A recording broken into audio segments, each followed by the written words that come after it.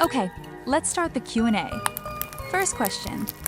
Okay, the fandoms I'm in are Warrior Cat, Jim's World, Doki Doki Literature Club, Meaty Streamer Overload, Warrior Cat, Forsaken, Dungeon Combo, Demon Slayer, Vocaloid, Cosplay, Madoka Magica, Bungo Stray Dog, TFC, Bennett, School Bus Graveyard, Blue Lock, Alien Stage, PJS, KO, Mori, Saki K, The Amazing Digital Circus, The Apothecary Diaries, Class of 09, Tokyo Ghoul, Dragon Balls, Lazy Games, Dead Plate, Young Sheldon, My Hero Academia, Death Note, Murder Drones, A Solid Voice. and a lot more. Okay, second question. I do like dogs too, but I'm definitely more of a cat person. And my fave animal is actually cats. Okay, question 3.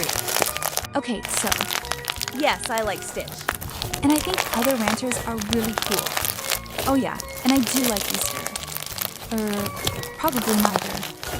Either Doki Doki Literature Club or Danganronpa. Part 2.